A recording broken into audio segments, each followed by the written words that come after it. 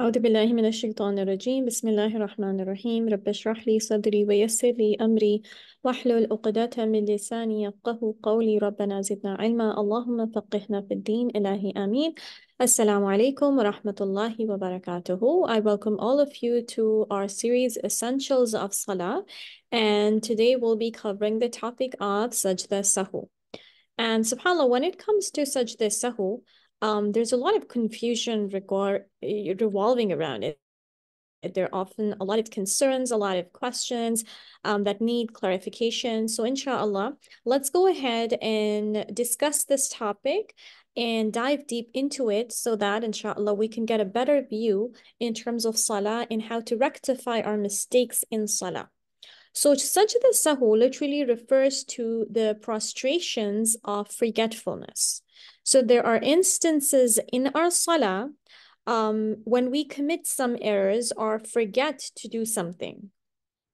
SubhanAllah, for instance, a part of Salah prayer, if we forget to do something very important, then the question is, what should we do? In such cases, we are required to perform two sujood known as sajda sahu, prostrations of forgetfulness.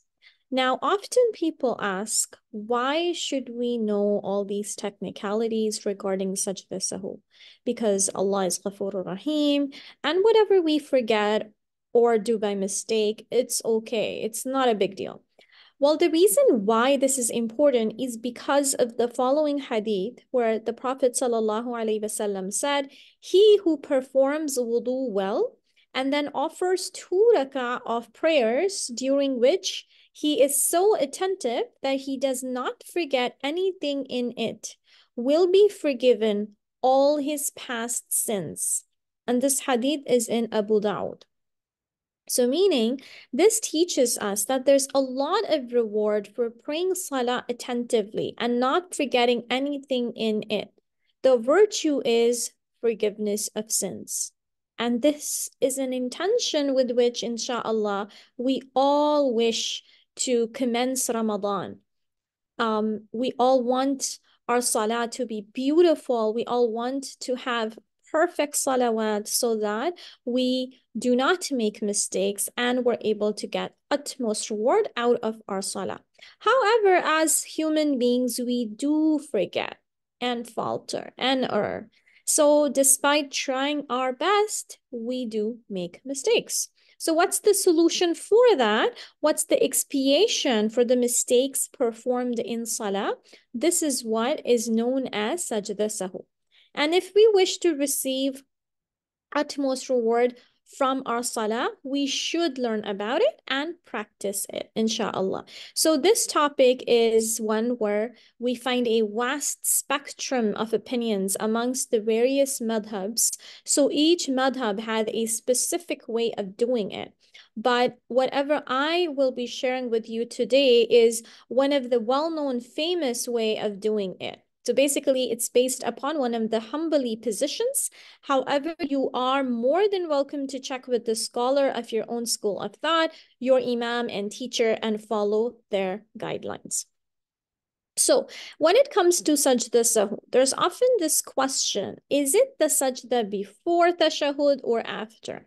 The majority base their opinion on the narration of Ibn Mas'ud radiallahu an, Abu Huraira, Abu Sayyid al-Khudri radiallahu anhu say that sajda sahu can be performed before taslim or after. According to the Hanafi school of thought, sajda sahu is performed in the last sitting when we are in our last rak'ah. Basically, I say salam on my right side after reciting my last tashahud. Tashahud refers to saying the at-tahiyyat. So I turn on my right, I say salam, and then offer 2 prostrations of forgetfulness and sit back. So basically, I recite at-tahiyyat, I say assalamu alaikum wa rahmatullah, turning on my right side.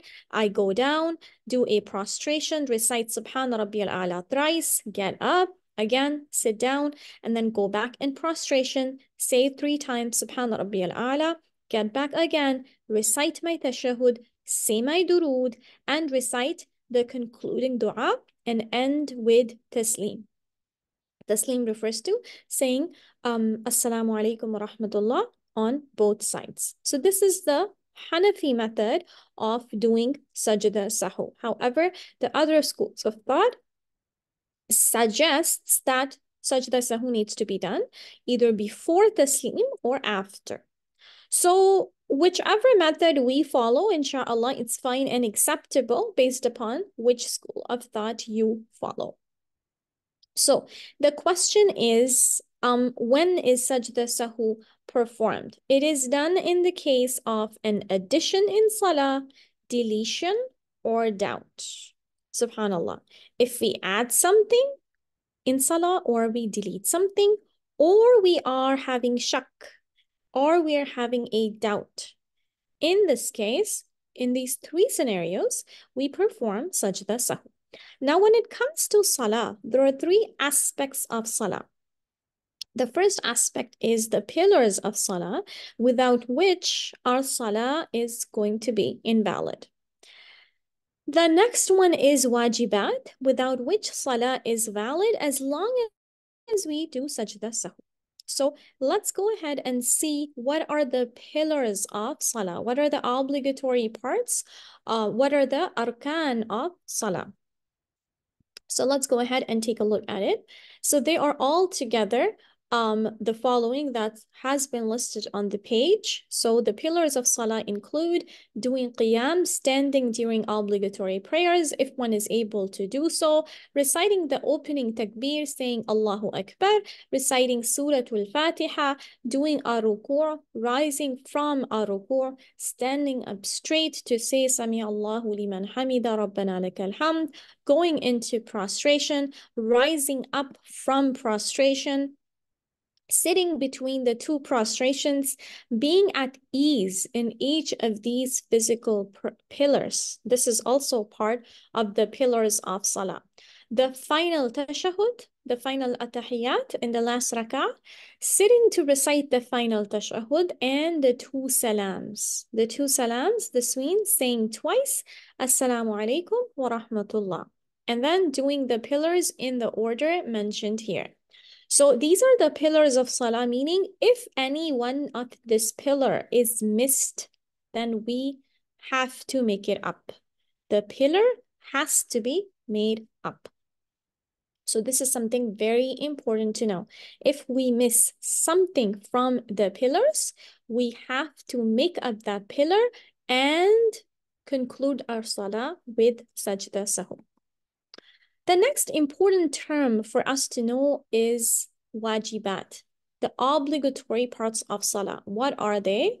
And it has been listed on the page. So the wajibat includes takbirs other than the opening takbir, saying Sami Allahu liman hamida for the imam and for the one who's praying alone, saying Rabbana lakal hamd, saying Subhana Rabbiyal Azim at least one time when bowing, saying Subhana Rabbiyal A'la at least one time while prostrating, saying Rabbi ghfirli in between the two prostration. And by the way, this is a matter of difference of opinion among scholars, whether it is from the wajibat or not.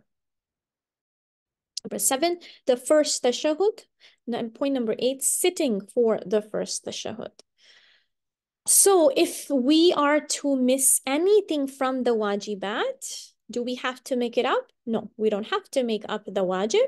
If we forget and we remember it later on, all we need to do is to perform a sajda sahu at the end of salah. So now we come to the question, what is sajda sahu? So when we do a mistake in salah, we need to perform the prostration of forgetfulness. But what is sajda sahu and how is it performed? So the procedure of sajda sahu are two. So there are two ways to perform sajda sahu. One is before taslim, meaning after we recite our attahiyat and durud and our concluding dua in our last rak'ah. What do? We perform two prostrations in a way you always perform. So do sajda 1, say Subhana Rabbiyal A'la 3 times, get up and sit for a while and perform sajda 2 and say Subhana Rabbiyal A'la 3 times and then do taslim, conclude salah. This is one way of doing sajda sahu.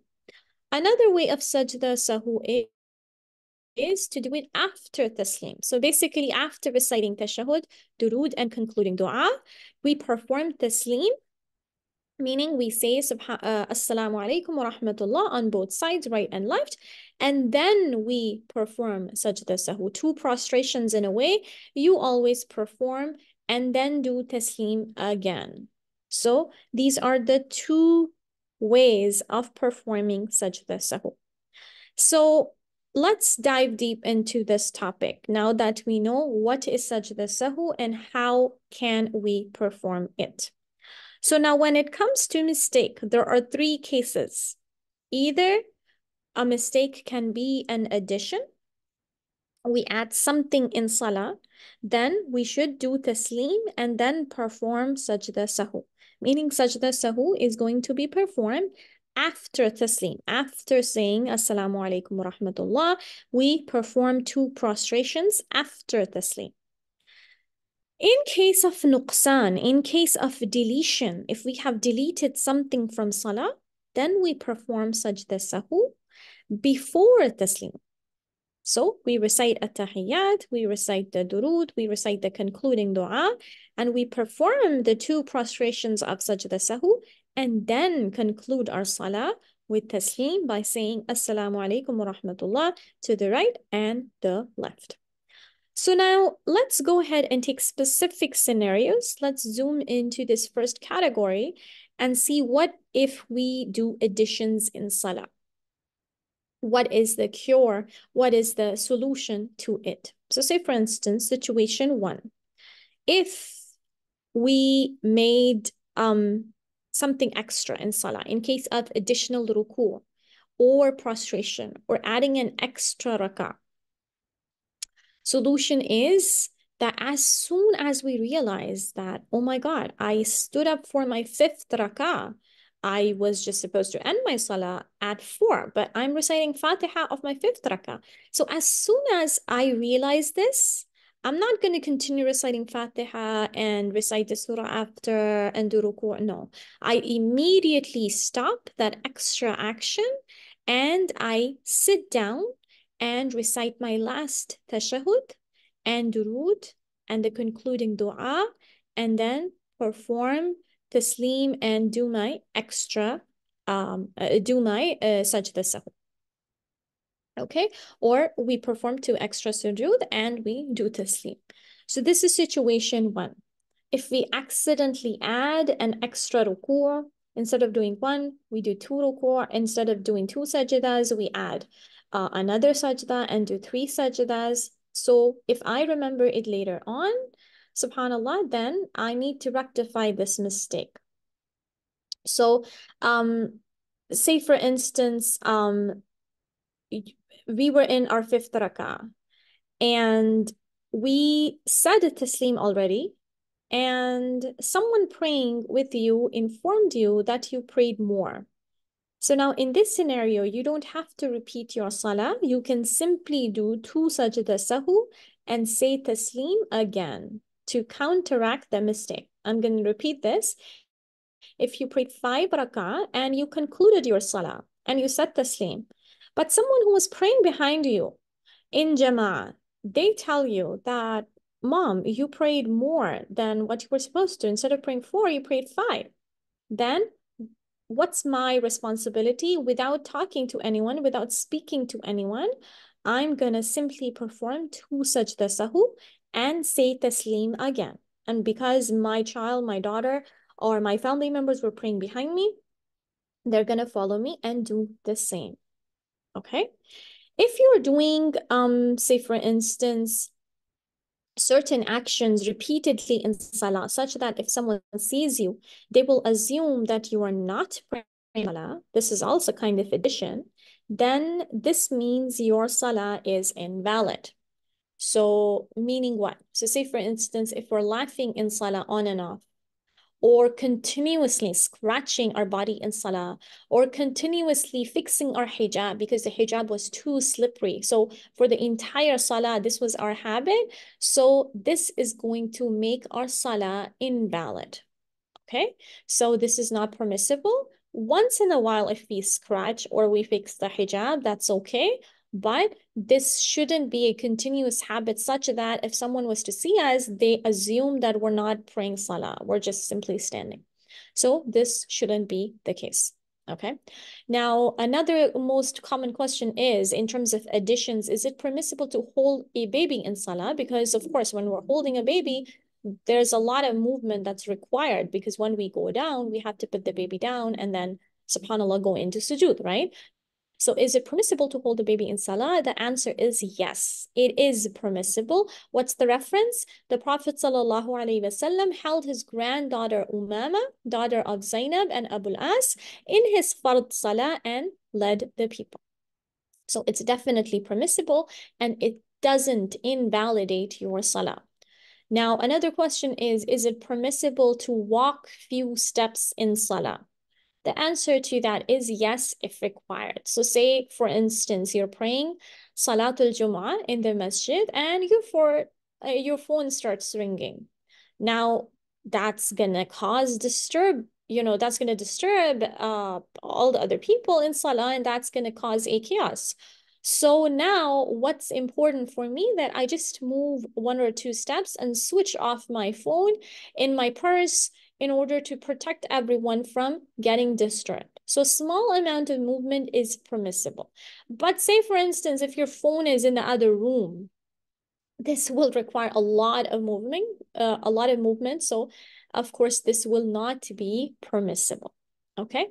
In case of, subhanallah, adding something extra, like adding a ruku'. Say, for instance, you were in your rak'ah 1 and you did 2 ruku' instead of 1. And then in your rak'ah 2, you realize that, oh my God, in my first rak'ah, I did an additional ruku'. What do? I simply do sajda sahu at the end. I simply do sajda sahu at the end after I do the sleep. So this is the case with addition. If I do something ziyada, if I do something extra in my salah, this is going to be the solution. Another scenario or possibility is when we have nuqsan in our salah. There's something missing in my salah.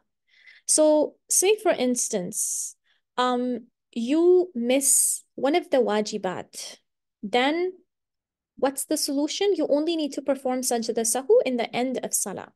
And even in this case, there are 2 scenarios. Case number 1 is you missed the first tashahhud, and while you were getting up for your second rak'ah, in case of dhuhr or maghrib, if you immediately remember that, oh my God, I didn't recite my attahiyat.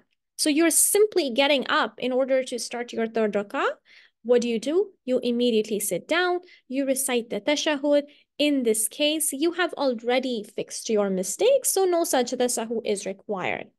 Case number 2, if you missed your first tashahhud but remembered it later when you were already in your third rak'ah.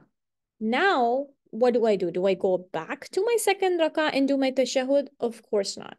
We cannot go back. We simply continue our salah, and in the end, we simply conclude our salah with sajda sahu in the end.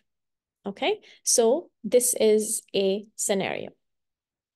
Another scenario is, what if you missed saying the azkar of ruku'? If while getting up, you remember that you never said anything. What do? You can say it 3 times and rectify your mistake. If you remember it immediately as you were about to get up to say Sami Allahu liman hamida, you immediately rectify your mistake and you say the azkar. If you have already stood up to say Sami Allahu liman hamida and you would remember that you never said anything in ruku', then what do? You continue with your salah and you perform 2 sajda sahu in the end of your salah. So this is concerning missing a wajib, okay? And the wajib list was given to you. You can go ahead and see in order to know what are the wajibat of salah. Now, what if I miss a rukun? What if I miss a pillar of salah? So say, for instance, you are in your rak'ah 1 You said Fatiha and Surah, and instead of doing ruku', you went straight into sajda. But you remembered doing during your rak'ah 1 that you missed a ruku'. What will you do? If you're still in your first ruku' and you remembered your mistake, what will you do? You will go back to your ruku', perform ruku', do qiyam, say Sami Allahu liman hamida, and then continue salah. Meaning you will rewind your salah. Why is that so? Because ruku', sujud, qiyam, these are pillars of salah, and if you miss any of this, your salah is invalid. You cannot miss it. Situation 2, you missed a pillar of salah. For instance, you performed only one sajda in rak'ah 1, but you didn't remember. You realized your mistake in rak'ah 1. You didn't remember your mistake in rak'ah 1. You remember it in your second rak'ah. That, oh my God, I didn't do ruku' in my first rak'ah. Now what do? You cannot go back to rak'ah 1, right? Because you're already in rak'ah 2. However, we said that if you miss a pillar, then salah is not valid, right? So this means that your first rak'ah has been invalidated. It's null and void. So what do? Because you missed your ruku, you will now consider your rak'ah 2 as your rak'ah 1. And you will pray the other rak'ahs continuing from that point onwards. So another situation could be ending our salah quickly. So what if you were praying Salatul Dhuhr and instead of praying 4, you ended your salah at 2. So as soon as you did your taslim, someone who was praying behind you tells you that you only prayed 2 rak'ah. What do you do now? You get up and you do 2 more rak'ahs. And of course, the congregation, they follow you as well.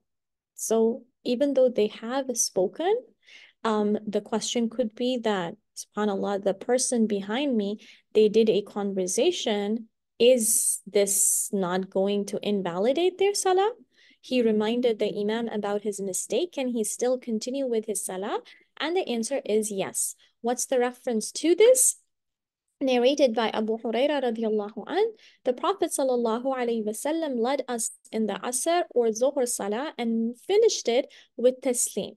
One of the Sahaba by the name of Dhul Yadayn said to the Prophet sallallahu alaihi wasallam, Ya Rasulullah sallallahu alaihi wasallam, has the prayer been reduced? The Prophet sallallahu alaihi wasallam asked his companions and they replied in the affirmative. That yes, Ya Rasulullah, you did pray 2 instead of 4. So the Prophet ﷺ got up and he offered 2 more rak'ah and then performed 2 prostrations of sajda sahu. Meaning, if we make such a mistake and the people behind us remind you, being the imam, they remind the imam that you made a mistake. Instead of praying 4, you prayed 2.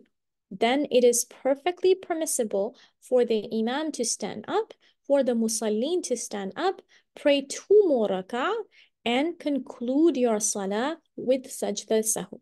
Even though there was conversation done in between, salah is going to be valid. You don't have to repeat your entire salah. What if you prayed Salatul Maghrib? Instead of praying 3, you prayed 2. You didn't remember it until later. Now, once you are done with your sunnah of Maghrib and Nafil, then you remember, or someone reminds you that you only prayed 2 fard for Maghrib accidentally. Now, what do? Because there was a whole gap in between. So what do we do now? Because there's a whole lot of time that was spent in between. There was a gap. There was a big gap that was involved. Now, in this situation, we have to repeat our salah. We need to repeat our salah. At times, there's this question, do we only follow the sajda sahu protocol for fard salah, or is it okay to do it for nafil or sunnah as well? And the answer is that sajda sahu is a procedure to correct our salah. So it doesn't matter whether we're praying fard or nafil or witr, we have to perform sajda sahu if we make a mistake. So this is for all salawat. Now there's another question from a sister that when we are performing sajda sahu after taslim, do we do taslim again after performing the 2 prostrations of sajda sahu? And the answer is yes. We do taslim again to conclude salah. Another question is, what if there are multiple mistakes in salah? So now what do? Are we going to do multiple sajda sahus? And the answer to that is no. Just performing one sajda sahu is going to be sufficient. But what if we miss multiple pillars of salah? And we mentioned before that when a pillar is missed, when a rukun of salah is missed, then that rak'ah becomes invalid. So then what's the ruling if multiple pillars of salah are missed? Let me tell you a scenario. So what if a person was praying Salatul Dhuhr and he only did one sajda in the first 3 rak'ah? And subhanAllah, you can think to yourself, how is that possible? But sometimes it happens when you're in a lot of stress or so much is going on in your life. It can happen. It's possible. So say, for instance, this person was performing Salatul Dhuhr and he only did one sajda in the first 3 rak'ah. Now, when he's in his 4th rak'ah, he remembers that he only did, subhanAllah, one sajda in his 3 rak'ah. So basically, it was the 4th rak'ah that was fine, that was perfect. The first 3 rak'ah all had a pillar missing in them, meaning there was one sajda that was missing in them. So how is he supposed to rectify his mistake? All those 3 rak'ah become null and void. So basically, he will consider his rak'ah 4 as rak'ah 1. And he is going to continue his salah by performing 3 more rak'ah. Okay, so this is concerning pillars. They cannot be missed. Simply doing sajda sahu for a pillar that's missed will not be sufficient. So this is something very important to keep in mind, that if a rukun is missed and we realize it in the next rak'ah, then rak'ah 1 would be invalid. Our second rak'ah is now going to become our first rak'ah, and we have to complete our prayer from that point onwards. And in the end, we will do sajda sahu before taslim and say salam and end our salah. What if we miss something other than what's mentioned in the arkan or wajibat? For instance, you forgot to recite the surah after Fatiha in your first rak'ah.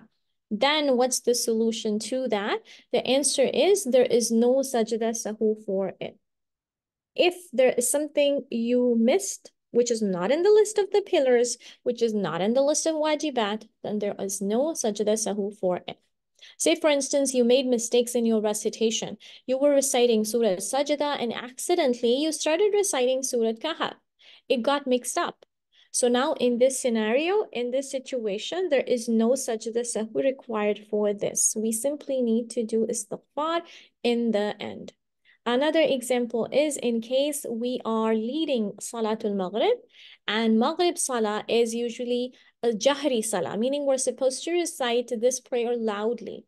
But if accidentally we didn't recite it loudly and we just continued reciting it slowly with our volume being lowered, with a lower volume, then in this case, there is no sajda sahu required on this. So these are all the scenarios, different scenarios of nuqsan, of alteration, loss. When we miss something in our salah, this is how we rectify our mistake. Now we go on to category number 3, which is what happens in case of shak, when we have a doubt. So say, for instance, we are in doubt in terms of how many rak'ah we prayed, whether I prayed 3 rak'ah salah or did I pray 4.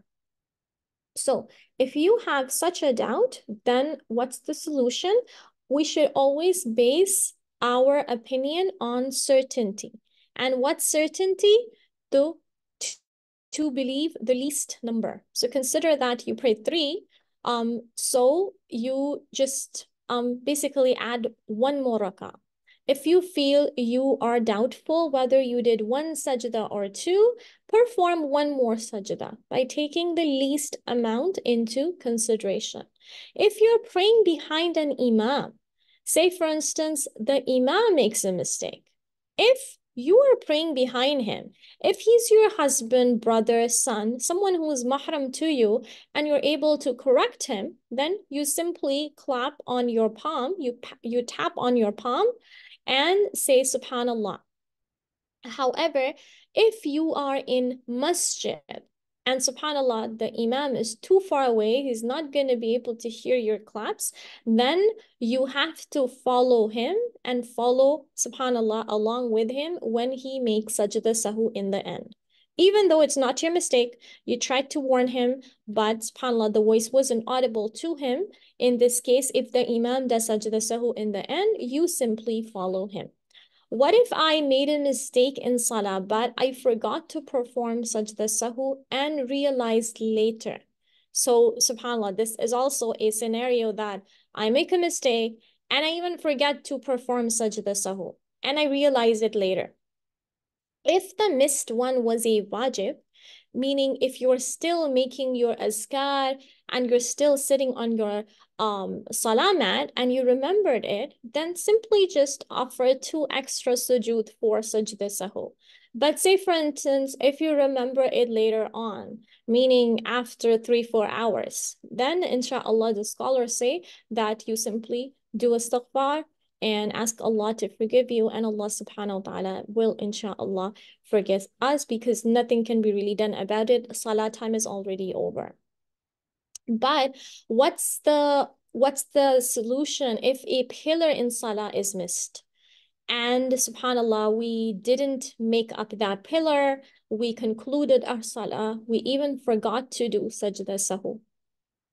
Then what do? In this case, if we forgot to compensate for this pillar, then we have to redo our salah upon remembrance, because again, there was a lot of time gap and we are not able to make up for that rukun, for that pillar, then we have to redo our entire salah. What if I make a mistake while praying behind an imam? Do I do sajda sahu in this case? The answer to that is no, because the imam has to be followed. So say for instance, the imam recited an ayah carrying sajda tilawa. However, I didn't know that this surah has sajda tilawa in it. So everyone in the jama'ah, they went in sujood while I went into ruku', not knowing that this was sajda tilawa. In this case, because it is my own mistake, sajda sahu is not required and my salah is still going to be valid, inshallah. What if I'm praying behind an imam, but I make a mistake of missing out a rukun? I make a mistake of missing out a pillar. For instance, let me give an example to you. Like the imam offered 2 sujood, whereas I offered only 1 prostration and I got up. What should I do in this case? After the imam concludes his salah, basically I'm supposed to get up and add 1 more rak'ah, do sajda sahu and conclude with taslim. Because what's the motto that we started our class with? That if a pillar, a rukun in salah is missed, then it has to be made up. If a rukun in a rak'ah is missed, then we have to repeat that rak'ah and do sajda sahu in the end. Another question is that should we recite Surah Fatiha behind an imam or not? So if it's a loud prayer, meaning the imam recited Fatiha loudly, it's fine to recite Fatiha or listen to it. The Maliki opinion says it's sufficient. Whether you recite it or you listen to the imam, it's sufficient. Whereas in terms of silent prayers, if the imam went into ruku' before I finished my Fatiha, then we have to try our best to recite it as quickly as possible and finish it. Meaning in silent prayers, the imam is going to be reciting his Fatiha, his surah, everything silently. So what do I do? Do I just keep standing quietly without reciting anything? Of course not. In silent prayers, I have to recite my Fatiha and I have to recite my surah. So I cannot skip Fatiha because Fatiha is a pillar, it's a rukun of Salah. So I cannot skip it. Another scenario is that in silent prayer, what if I came to the masjid and I joined the imam late? So the imam was done with his first rakah and he's going to ruku.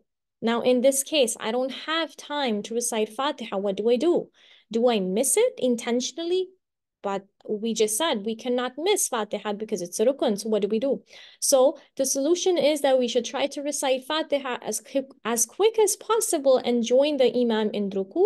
However, if there wasn't enough time to do Fatiha as quick as possible, then the scholars say it is okay, it is fine. We simply say the takbir standing and we go in ruku and our prayer will be valid.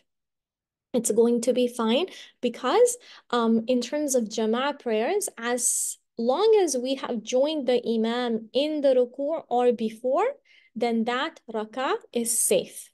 However, if I joined the Imam while he was saying Sami Allahu liman hamida, or he was already in sajda, then that's rak'ah is gone and I would have to make it up after the Imam says his taslim. What about people who continuously have shak in their salah, who continuously have doubts in their salah in terms of whether I did my ruku or not, whether I did my sajda or not, what should I do? The solution is that we have to try our best to avoid all these doubts and go with your gut feeling. If you truly feel that you missed something, then we have to try to make it up if it's a rukun. So simple summary of this is that, subhanallah, if we miss a rukun, you catch the rukun. For example, if it's a ruku or a sajda, that something which is a pillar, then in the end, we need to make up for that rukun by adding a rak'ah, and we also perform sajda sahu in the end. Point number 2, if we miss something from the wajibat, then we do not have to catch that wajib. We don't have to catch that obligatory act. We simply do sajda sahu in the end. If you miss anything else other than what is mentioned in the arkan list, in the pillars list, or the wajibat list, then there is no sajda sahu which is required. So, for example, if you miss reciting a surah in your second rak'ah after Fatiha, it's not a rukun, it's not a wajib. So if you accidentally miss it, then there's no problem and you don't have to do anything about it. You don't have to do sajda sahu or do anything. What if there is a patient, like an Alzheimer patient? So do they have to pray salah? And the answer to that is if she's in her early stage of Alzheimer's, she knows the times of Salah, her decision-making process is not hindered, then it's mandatory on her to pray Salah. But if she's unable to stand and pray, she can sit and pray. If she can't even do that, then she can lay down and pray, but she has to pray. What if she's unable to perform wudu often? Then her children should bring water in a bowl and help her out. If she has urinary incontinence, then her family should help her change her diapers, help her combine Dhuhr with Asr, Maghrib with Isha, and Fajr at its own time. But Salah would still be mandatory for her. However, if her stage of Alzheimer's is too advanced, then subhanallah, to the point that she's not even able to recognize her own family members, or she's not even able to make any decisions, then in this case, she is forgiven. She doesn't have to pray salah because her sanity is affected. The Prophet ﷺ said, the pen is lifted from 3 people, a sleeping person until he wakes up, a child until he becomes an adult, and an insane person until he regains his sanity. And what does insanity literally means? that if I'm anxious or depressed for some reason, does insanity imply that I miss Salah? Of course not. A Muslim cannot miss Salah intentionally because it has been narrated on the authority of Jabir radiallahu an, who said that I heard the Prophet sallallahu alaihi wasallam saying, discarding out Salah leads one to kufr and shirk. Meaning, Salah intentionally cannot be missed. However, insanity would refer to a person going into extreme kind of depression, such that he's not able to function properly, then there could be a leeway for him. So we ask Allah subhanahu wa ta'ala to guide us to perform our salah in the best way possible, in the best manner possible. We ask Allah subhanahu wa ta'ala to enable us to have our salah in a way that we do not commit any mistakes. And we ask Allah subhanahu wa ta'ala to forgive us if we end up making mistakes. Alhamdulillah, we are given a formula that we can perform sajda sahu in order to rectify our mistakes. And last but not the least, a salah that is performed in a state of khushu, the Prophet ﷺ said, he who performs wudu well and then offers 2 rakah of prayers during which he is attentive and he does not forget anything, then he will be forgiven with all his past sins. So yes, it's true that we can make mistakes, and there is a procedure taught to us by the Prophet ﷺ, and we should use it to rectify our mistakes. And the procedure is the procedure of sajda sahu. However, we should try our utmost to be as attentive in salah as possible so that we're able to gain this virtue, which is to have all our sins forgiven once we come out of salah. So we ask Allah subhanahu wa ta'ala to forgive our shortcomings and accept our humble efforts towards Him. With that said, we will conclude our session for today. Subhanakallahumma wa bihamdik. Nashhadu wa la ilaha illa ant. نستغفرك ونتوب إليك ربنا آتنا في الدنيا حسنة وفي الآخرة حسنة وقنا عذاب النار اللهم صل وسلم على نبينا محمد السلام عليكم ورحمة الله وبركاته